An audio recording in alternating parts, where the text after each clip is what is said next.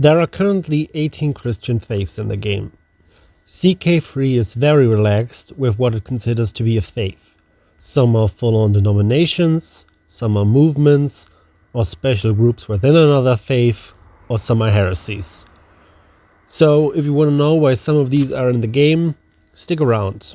The first few centuries after the life and death of the historic Jesus were a time where many Christian movements started to arise, and people were starting to compile which texts were sacred and which weren't.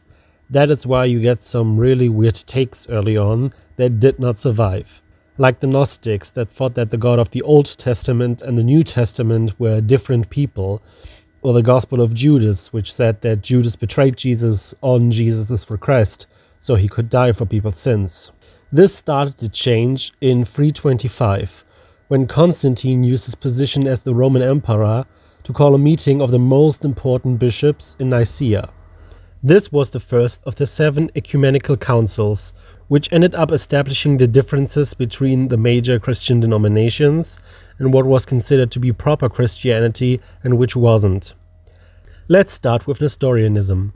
The game defines it as in teaching that Jesus Christ has 2 natures, one divine and one human. Nestorianism has been declared as heretical by most Christian faiths. Despite this, its unique outlook has gathered followers in places as far east as China, India, and even Mongolia. This is a rather weird and misleading description.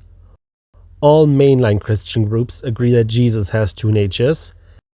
The difference is in how they interact. The Miaphysite position is that they are melded together in a special and perfect way that only God can understand.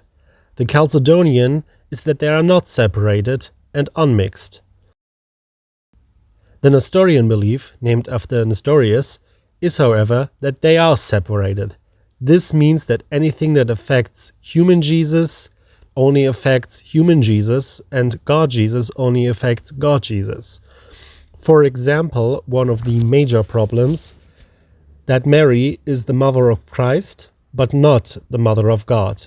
This was declared heretical by the Christian Church in 431 at the Council of Ephesus. The Church of the East says that they are not as Nestorian as Nestorius was, but they still consider him a saint. They are the only mainline Christian faith in the game without the ecumenicism doctrine, meaning they are seen as hostile by other Christians instead of astray. This is why they started moving their missionary works eastwards, which explain the second part of the game's description.